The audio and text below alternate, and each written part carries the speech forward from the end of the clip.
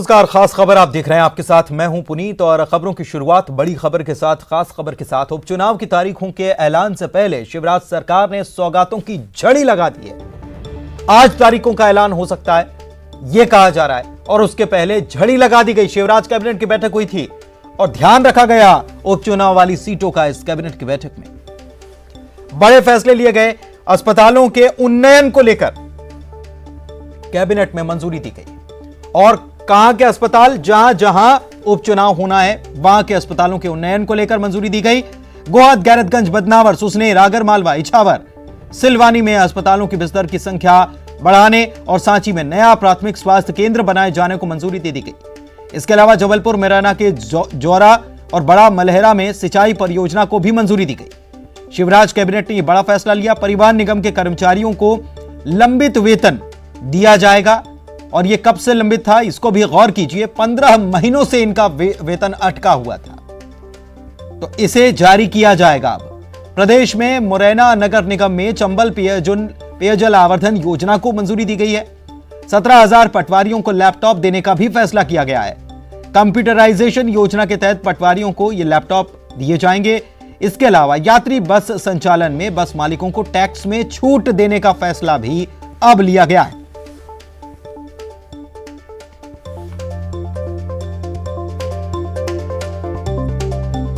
और कैबिनेट की बैठक के बाद प्रदेश के मंत्री नरोत्तम मिश्रा की तरफ से बयान आया। उन्होंने प्रदेश के पिछड़ा वर्ग आयोग को संवैधानिक दर्जा देने का फैसला हुआ है, ये जानकारी दी। आयोग में केंद्र की तरह अधिकार देने का फैसला है। एक अध्यक्ष, उपाध्यक्ष समेत 3 सदस्य इसमें होंगे और नियुक्त आयोग को अधिकारियों को बुलाने का अधिकार होगा। कृषक कल्याण योजना के तहत किसानों को अब हर साल 10,000 रुपए मिलेंगे।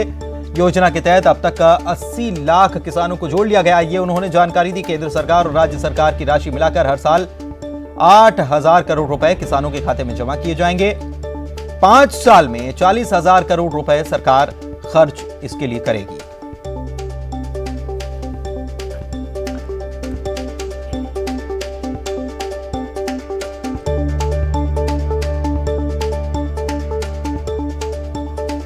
अनुराग हमारे सहयोगी हमारे साथ लाइव जुड़े हुए हैं। कैबिनेट के फैसलों को लेकर उन्हीं से बात करते हैं। अनुराग, कैबिनेट की बैठक का फोकस कह सकते हैं कि उपचुनाव भी रहा है और इसको लेकर बहुत सारे फैसले कहीं ना कहीं उपचुनाव की जंग जीतने को लेकर भी नजर आते हैं।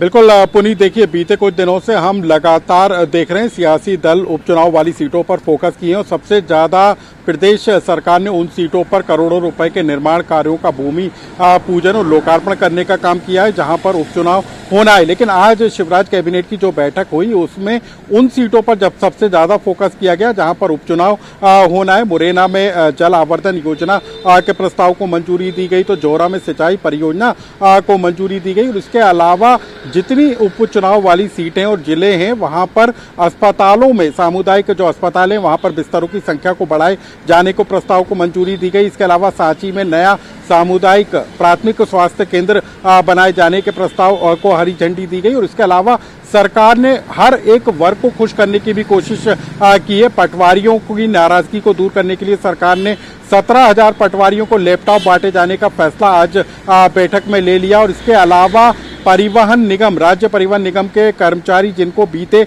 15 महीनों से वेतन नहीं मिला था, हालांकि मंत्री नरोत्तम मिश्रा का कहना है कि पिछले समय कांग्रेस की सरकार थी और उसी के समय में निगम कर्मचारियों का वेतन रोका गया था, लेकिन अब राज्य सरकार ने उन सभी वेतन पाने वाले कर्मचारियों को वेतन देने का फैसला किया। इसके अलावा जो सबसे जोर शोर के साथ जिस योजना का प्रचार बीजेपी सरकार कर रही है, कृषक कल्याण योजना, उसके तहत 80 लाख किसानों को अब तक योजना से जोड़े जाने का ऐलान जो है बीजेपी सरकार ने किया है और साथ ही इस बात का भी हवाला अब सरकार देती हुई नजर आ रही है कि किसानों के खाते में हर साल 10,000 रुपए की राशि डाली जाएगी। ये वो राशि होगी जो केंद्र और राज्य सरकार का अंश मिलाकर होगी। तो कुल मिलाकर आज की कैबिनेट की बैठक में कई बड़े फैसले हुए हैं जिसमें सिंचाई, पेयजल योजना, स्वास्थ्य सेवाओं को बेहतर बनाने को लेकर प्रस्ताव थे, उन पर मंजूरी दी गई है।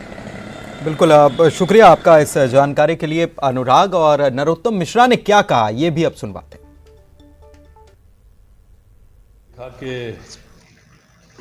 15 महीने जो कांग्रेस की सरकार रही, उन्होंने हमारे एमपीआरटीसी के जो परिवहन निगम के कर्मचारी थे, इनको 15 महीने में तनख्वाह नहीं दी। आज मध्य प्रदेश कैबिनेट ने तय किया है कि वो 15 महीने से जो लंबित वेतन भुगतान इनका पड़ा हुआ है, इन सबको अब भुगतान करने का प्रस्ताव को आज कैबिनेट में जो आया था उसे अनुमोदित किया गया है।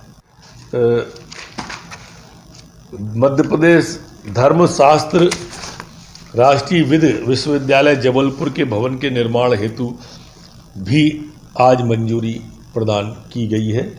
चर्चा इस विषय की भी हुई कि इसे विधि विभाग को दिया जाए, जो कि अभी लंबित है। इसी तरह से मुरैना के जौरा विकासखंड में आसान बैराज पर सिंचाई योजना को आज मंजूरी दी गई है। ये लंबे समय से जौरा में लंबित योजना है। इससे बहुत बड़े क्षेत्र में सिंचाई का साधन उपलब्ध होगा। काठन बृहद सिंचाई परियोजना छतरपुर की बड़ा मलहरा की भी प्रशासकीय स्वीकृति दी गई है। इससे 15,000 हेक्टेयर भूमि सिंचित होगी और ऊपर वाली जो जौरा की विकासखंड की आसन बैराज है, उसमें 392.71 करोड़ और इसमें 112.83 करोड़ की लागत और खर्चा आएगा। नगर निगम में एक लंबे समय से मांग थी कि चंबल का पानी मुरैना आना चाहिए। उसकी पेयजल आवर्धन योजना जो थी और आसपास के जो निकाय थे उनमें जलावर्धन योजना को भी आज स्वीकृति प्रदान की गई है। प्रदेश में संचालित यात्री बस वाहनों के देय मोटर कर यान में छूट प्रदान किए जाने वाले यानों को लंबित भुगतान एवं यानों के एकमुश्त भुगतान की अवधि 31/3/20 में वृद्धि करते हुए 31/3/21 और छूट देने का भी आज तय किया है। ये 2020 के माह के सितंबर के 50% की छूट और टैक्स पूर्णतः माफ 1 अप्रैल 2020 से 31/2020 तक की अवधि का पूर्णतः माफ किए जाने का भी निर्णय आज कैबिनेट के द्वारा लिया गया है। और अनुराग हमारे सहयोगी एक बार फिर से हमारे साथ जुड़ चुके हैं, उनसे बात करते हैं। अनुराग, हम ये देख रहे हैं कि कैबिनेट के फैसले ही नहीं, बीते कुछ दिनों से जिस तरीके से मुख्यमंत्री शिवराज सिंह चौहान ने दौरे किए हैं, कई जगहों पर गए हैं, सौगातों की झड़ी लगाकर मतदाताओं को खुश करने की कवायद है, लेकिन इस बीच क्या उन फैसलों पर भी ध्यान दिया जा रहा है? क्योंकि आज जब हम बात कर रहे हैं तो आज ये माना जा रहा है कि तारीखों का ऐलान चुनाव आयोग की तरफ से किया जा सकता है। कई सारी जगहों से इस बात की खबर आई कि लोगों की मांग थी कि हमारे यहाँ विकास नहीं हुआ, सड़क नहीं बनी, बहुत सारी चीज़ें नहीं बनी और इसी को लेकर उन्होंने मतदान के बहिष्कार तक की बात कह डाली। बिल्कुल पुनीत, देखिए कई जगह से इस बात को लेकर शिकायत आई थी कि इतने सालों के बाद भी ग्वालियर चंबल का इलाका पिछड़ा हुआ है, बुंदेलखंड का इलाका पिछड़ा हुआ है, लेकिन उस पिछड़ेपन को दूर करने के लिए उपचुनाव से पहले शिवराज सरकार ने ताबड़तोड़ कई बड़ी सौगातें देने का ऐलान कर डाला। जहां जहां पर सिंधिया और शिवराज सिंह चौहान के दौरे हुए हैं वहां पर करोड़ों रुपए के भूमि पूजन और लोकार्पण के कार्यक्रम किए गए। पेयजल व्यवस्था ही नहीं बल्कि स्कूल, अस्पतालों के उन्नयन से लेकर सिंचाई व्यवस्था और सड़क निर्माण से जुड़े हुए कई प्रस्तावों को हरी झंडी दी गई है। तो कुल मिलाकर बीते कुछ दिनों में करोड़ों रुपए की सौगात जो है शिवराज सरकार की तरफ से देने का काम जरूर हुआ है। और उपचुनाव से पहले ग्वालियर, चंबल, मालवा, निमाड़ जहां जहां पर उपचुनाव होना है वहां की जनता को फील गुड कराने की कोशिश भी की गई है। तो कुल मिलाकर विकास के मुद्दे को इस बार उपचुनाव में बड़ा मुद्दा बनाने की कोशिश में सियासी दल हैं, क्योंकि हमने इस बात को भी देखा था जब कमलनाथ ग्वालियर पहुंचे थे तब उन्होंने अपनी प्रेस कॉन्फ्रेंस में भी ग्वालियर चंबल के पिछड़ेपन का जिक्र किया था और उन्होंने कहा था कि इस इलाके का विकास अब उनकी प्राथमिकता होगा। तो कुल मिलाकर दोनों ही सियासी दल उपचुनाव वाली सीटों पर विकास की नई इबारत लिखने का दावा कर रहे हैं और यही कारण है कि आज भी कैबिनेट की जब बैठक हुई तो उसमें भी उन्हीं विधानसभा पर सबसे ज्यादा फोकस किया गया, जहां पर उपचुनाव में विधायक जो पूर्व विधायक हैं या फिर मौजूदा सरकार में मंत्री हैं, उनकी तरफ से जो प्रस्ताव दिए गए थे अपने अपने इलाकों में विकास को लेकर, उन प्रस्तावों पर हरी झंडी देने का काम राज्य सरकार की तरफ से किया गया है, ताकि स्थानीय जनता को इस बात का एहसास कराया जा सके कि बीजेपी सरकार में उनके अच्छे दिन आ गए। बिल्कुल, शुक्रिया अनुराग। इस बात का आपने सही कहा, इस बात का एहसास कराया जा सके कि उनके अच्छे दिन आ गए हैं। चलिए आगे बढ़ते हैं और बात छत्तीसगढ़ की करते हैं। रायपुर में आज कृषि बिल जो लाया गया था, जिसको राष्ट्रपति ने मंजूरी अब दे दी है, इसके विरोध में कांग्रेस आज पैदल मार्च निकाल रही है और यह पैदल मार्च निकल रहा है राजभवन से राजभवन तक। और इस पैदल मार्च में बड़ी संख्या में कांग्रेसी कार्यकर्ता शामिल हुए हैं। खुद मुख्यमंत्री मौजूद हैं इसमें, भूपेश बघेल, और इसके अलावा पीसीसी चीफ भी मौजूद हैं, साथ ही कई मंत्री भी इस पैदल मार्च में मौजूद हैं। और ये ज्ञापन दिया जाएगा और ये राज्यपाल को राष्ट्रपति के नाम ज्ञापन सौंपा जाएगा। प्रदेश अध्यक्ष मोहन मरकाम और भूपेश बघेल की अगुवाई में यह पैदल मार्च चल रहा है। राजभवन तक मार्च कर रही है, राष्ट्रपति के नाम ज्ञापन सौंपा जाएगा। पीसीसी अध्यक्ष मोहन मरकाम हमारे साथ मौजूद हैं, उनसे बात करते हैं। ये विरोध प्रदर्शन केंद्र की माननीय नरेंद्र मोदी जी की सरकार जो 3 काला कानून संसद में पास कराया है, उसी का विरोध करने आज हम लोग राजभवन कूच कर रहे हैं और महामहिम राष्ट्रपति के नाम ज्ञापन सौंपेंगे। केंद्र सरकार ये कानून वापस ले, हमारी मांग है। लेकिन राष्ट्रपति ने मान लिया इस बिल को। देखिए, हमारी सरकार छत्तीसगढ़ में भूपेश बघेल जी की सरकार किसानों के साथ खड़ी है। किसानों के लिए जो भी कानून बनाना पड़े बनाएगी और छत्तीसगढ़ के किसानों का ख्याल रखेगी। मुख्यमंत्री भूपेश बघेल और तमाम जो मंत्री हैं वो तमाम लोग शामिल होने वाले थे, शामिल हो गए, बहुत से आगे हैं और आगे भी शामिल हो जाएंगे। अभी सब लोग, सत्ता और संगठन सभी एकजुटता के साथ हम चुनाव लड़ाई लड़ रहे हैं। आज आपने ज्ञापन दिया है, लेकिन ज्ञापन के बाद क्या आगे भी ये लड़ाई लड़ेंगे? हाँ, 2 अक्टूबर को जिला मुख्यालय में धरना प्रदर्शन होगा। 14 तारीख को प्रदेश स्तर में किसानों का सम्मेलन होगा और 20 लाख हस्ताक्षर करके हम केंद्र सरकार को भेजेंगे। पर आप देख सकते हैं कि कांग्रेस का ये विरोध प्रदर्शन है और राजभवन तक मार्च कर रहे हैं। मोहन मरकाम का कहना है कि आगे भी ये प्रदर्शन जारी रहेगा और उनका कहना है कि वो किसानों के लिए लगातार सड़क पर उतरते रहेंगे। कैमरा पर्सन सुरेश पासी के साथ ममता लांजेवा, न्यूज़ 18 छत्तीसगढ़, रायपुर। और ममता हमारी सहयोगी हमारे साथ रायपुर से लाइव जुड़ी हुई हैं, उनसे जानते कि वहां चल क्या रहा है। ममता, क्या ये मार्च समाप्त हो चुका है और इस मार्च में कौन कौन शामिल था?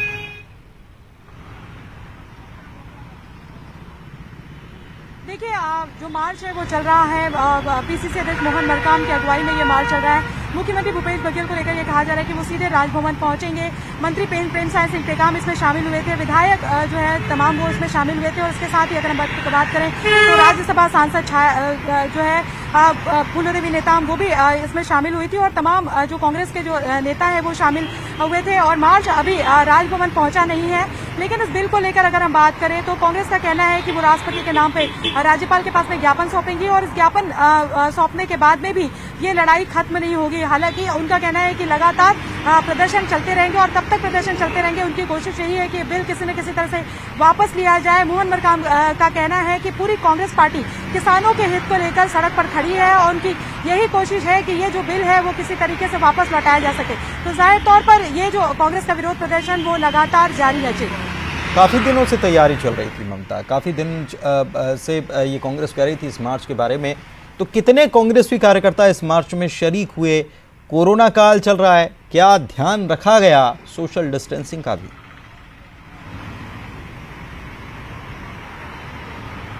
देखिए, जब कहीं किसी भी जगह पर अगर हम बात करें तो भीड़ इकट्ठी होती है, तो आप सोच सकते हैं भीड़ का मतलब ही ये होता है कि वो कहीं ना कहीं सोशल डिस्टेंसिंग का पालन नहीं हो पाता है।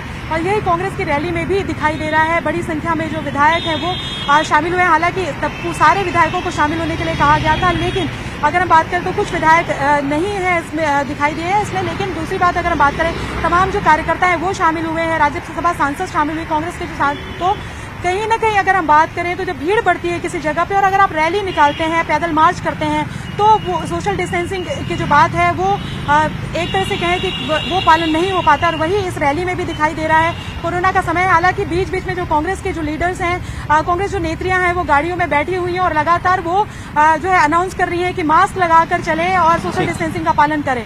लेकिन अगर हम बात करें तो इस रैली में कहीं ना कहीं वो मिसिंग नजर आ रहा है। जी चलिए, बहुत बहुत शुक्रिया ममता। और कल ही लॉकडाउन खत्म करने का फैसला लिया गया और ये कहा गया कि बड़ी सख्ती बरती जाएगी, देखा गया। शुक्रिया आपका इस जानकारी के लिए। और वक्त एक ब्रेक का है।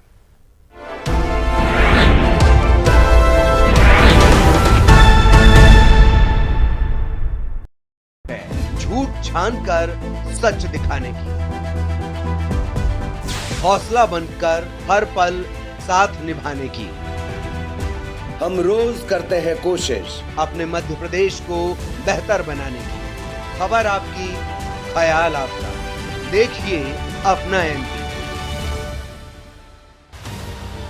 प्रदेश के हर शहर, हर गांव, हर कस्बे की खबर तेजी से, और कोरोना से छिड़ी प्रदेश की जंग की हर अपडेट रिपोर्ट सुपरफास्ट छत्तीसगढ़ में। ये उपचुनाव नहीं, रोमांचक खेल है। इस मैच में आरोपों की रेलम पेल है। पराए हुए अपने, अपने हुए पराए। कई घर छोड़ गए, कई लौट के आए। 24 के चुनाव पर है देश की निगाहें। किसकी होगी वाह वाह, कौन भरेगा आहें। दिल थाम कर बैठिए, 24 की चकल्लास।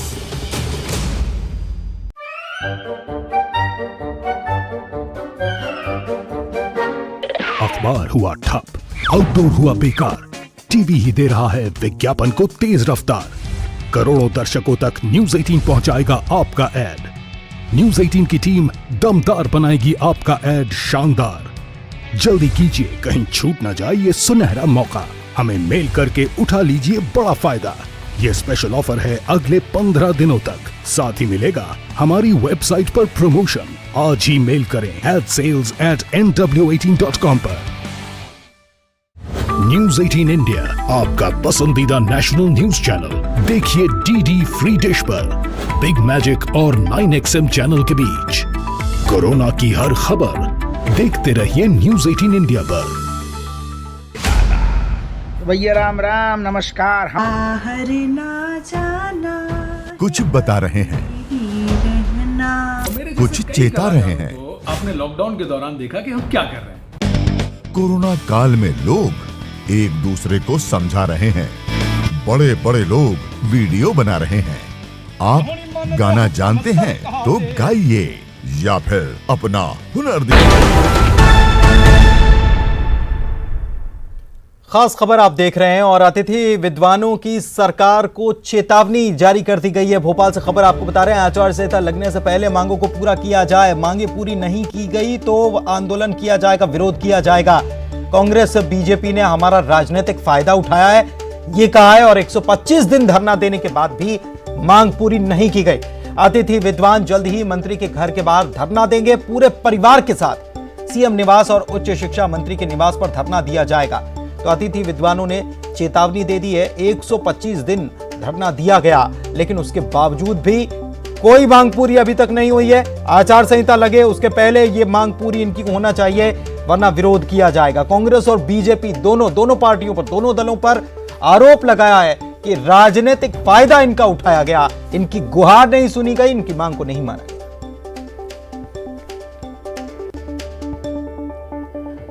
विद्वान नियमितीकरण की मांग कर रहे हैं, और अब नियमितीकरण की मांग तो दूर बल्कि वो कॉलेजों में नियुक्ति की मांग कर रहे हैं सरकार से। लेकिन अब तक करीब 1800 में से 900 के करीब फॉलन आउट अतिथि विद्वान बाहर हैं। और जब शाहजहानी पार्क में अतिथि विद्वानों का नियमितीकरण की मांग को लेकर और कॉलेजों में अंदर रखने की मांग को लेकर धरना था, तब भारतीय जनता पार्टी के तमाम बड़े नेता वहां पर पहुंचे थे और तमाम जो वादे हैं वो वहां पर किए थे। लेकिन अब तक अतिथि विद्वानों की मांगे अधूरी हैं। अब तक ना तो 1800 में से पूरे 1800 अतिथि विद्वानों को कॉलेजों में नियुक्ति मिली है और ना ही नियमितीकरण का जो वादा है वो अब तक पूरा हुआ है। और अब लगातार जो अतिथि विद्वान हैं वो सरकार से गुहार लगा रहे हैं कि जल्द से जल्द उनकी मांगे पूरी की जाए। इस वक्त हमारे साथ अतिथि विद्वान हैं, उन्हीं से जानेंगे। आप लोग लगातार सरकार से गुहार लगा रहे हैं कि 1800 में से सारे जो 1800 अतिथि विद्वान हैं उनको बाहर किया गया था, उनको नियुक्ति दी जाए, ये नहीं मिली, नियमितीकरण का वादा भी अब तक अधूरा है। देखिए, ये गुहार इसलिए लगा रहे हैं कि हमारे माननीय मुख्यमंत्री जी ने स्वयं शाहजहानी पार्क में आकर हमसे कहा था कि हम आपकी मांगों का समर्थन करते हैं, सभी अतिथि विद्वान अंदर आएंगे। बिल्कुल, ये जो तमाम अतिथि विद्वान हैं अब इन्होंने मोर्चा खोल लिया है, सरकार से पहले गुहार लगाई है, लेकिन अब भी सरकार सुनने को तैयार नहीं। ऐसे में अब तमाम जो अतिथि विद्वान हैं उनका यही कहना है कि अगर जल्द से जल्द उनको अंदर नहीं किया जाता, यानी कॉलेजों में नियुक्ति नहीं दी जाती है, नियमितीकरण करने का वादा तो दूर की बात है, तो फिर ऐसे में ये जो तमाम अतिथि विद्वान हैं उच्च शिक्षा मंत्री और तमाम नेताओं के घर के बाहर धरने पर बैठेंगे पूरे परिवार के साथ। लेकिन इनको इसी बात का दुख है कि आंदोलन के समय इनको भुनाया तो जरूर गया, लेकिन मांगे इनकी अब तक पूरी नहीं हुई हैं और अब तक ये लगातार दर दर की ठोकरें खाने को मजबूर हैं। कैमरामैन क्लान सिंह के साथ रंजना दुबे, न्यूज़ 18 भोपाल। और इधर आयुष मेडिकल ऑफिसर्स का धरना प्रदर्शन जारी है। स्वास्थ्य मंत्री प्रभुराम चौधरी के निवास के बाहर यह धरना प्रदर्शन शुरू हो चुका है। जल्द से जल्द नियुक्ति की मांग को लेकर यह प्रदर्शन किया जा रहा है। 9 महीने हो गए, इनकी नियुक्ति अभी भी अटकी हुई है। आयुष मेडिकल अधिकारी, STLS और लैब टेक्नीशियंस की नियुक्ति अटकी हुई है और नियुक्ति की मांग प्रदेश भर में 1300 पदों पर नियुक्ति की जानी, इसकी मांग की जा रही है। नियुक्ति नहीं होने पर हर रोज धरना प्रदर्शन किया जाएगा, ये इन लोगों का कहना है। तो स्वास्थ्य मंत्री के घर के बाहर धरना दिया जा रहा है। आयुष मेडिकल ऑफिसर्स धरना प्रदर्शन कर रहे हैं।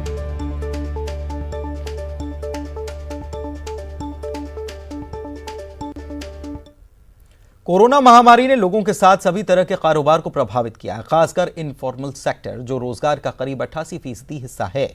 मैकेनिक कम्युनिटी इसमें सबसे ज्यादा प्रभावित होने वालों में से एक है। कैस्ट्रॉल एक्टिव ने नेटवर्क 18 के साथ प्रोटेक्ट इंडियाज इंजन के नाम से एक अभियान शुरू किया, जिसका मकसद देश के इंजन की सुरक्षा के साथ मैकेनिकों की तकनीकी कौशल को उभारना है। भारत 2 पहिया वाहनों की दुनिया का सबसे बड़ा निर्माता है और साथ ही उनकी सर्विस के लिए बड़ी संख्या में मैकेनिकों को रोजगार के अवसर प्रदान करता रहा है। हालांकि देश भर में हुए लॉकडाउन ने इन छोटे पैमानों के लाखों मैकेनिकों के भविष्य को अंधे कुएं में धकेल दिया। परेशानी यही है कि लॉकडाउन के बाद तो काम चला ही नहीं है बिल्कुल भी। जैसे जैसे लॉकडाउन थोड़ा थोड़ा बढ़ने लगा, खुलने लगा, तो वैसे ही सहज काम भी सही होने लगा, लेकिन अभी भी प्रॉपर तरीके से काम भी इतना अच्छा नहीं है जो होना चाहिए। इसी सिलसिले में जागरूकता बढ़ाने और छोटे पैमाने के मैकेनिकों को सपोर्ट करने के लिए नेटवर्क 18 ने कैस्ट्रॉल एक्टिव के साथ मिलकर प्रोटेक्ट इंडियाज इंजन कैंपेन को लॉन्च किया। देश के इंजन की सुरक्षा और मैकेनिकों के तकनीकी कौशल को उभारने की पहल, ताकि हम उन्हें एक बेहतर कल दे सकें। As mechanics resiliently look to get back on their feet, Castrol India and Network 18 present Protect India's Engine, a joint initiative to empower India's mechanic community to navigate through these difficult times and be better equipped to restart their business. Castrol Active will aim to invest up to rupees 50 lakhs towards upskilling initiatives for mechanics. Just like our mechanics who protect our bikes, let's now do our bit to protect them and help them to keep moving ahead. इस पहल को मनोरंजन और film जगत की ओर से भरपूर समर्थन मिला है। कैस्ट्रॉल और नेटवर्क 18 आपसे एक छोटी सी गुजारिश करता है कि एक प्रतिज्ञा लेकर आप प्रोटेक्ट इंडियाज इंजन को अपना समर्थन दें। ये एक पहल है ताकि ये मैकेनिक्स जो हमारे जीवन के लिए इतने ज़रूरी हैं, इन्हें हम अपना समर्थन दे सकें और ये अपने तकनीकी ज्ञान को, अपने कौशल को और उभार सकें, ताकि आने वाले समय में आपकी बेहतर सेवा कर सकें, आने वाले कल की चुनौतियों के लिए पहले से तैयार हो सकें। जैसे भारत सिस्टमैटिक अनलॉक की ओर बढ़ रहा है, हमारा ये फर्ज बनता है कि हम अपने मैकेनिक भाइयों का समर्थन करें और उनके भविष्य के लिए नए रास्ते खोलें। आइए जुड़िए कैस्ट्रॉल एक्टिव और नेटवर्क 18 के इस पहल से और दीजिए अपना support protect India's engine campaign को। रुक मत चल तू। और इसी के साथ इस बुलेटिन में फिलहाल इतना ही। नमस्कार।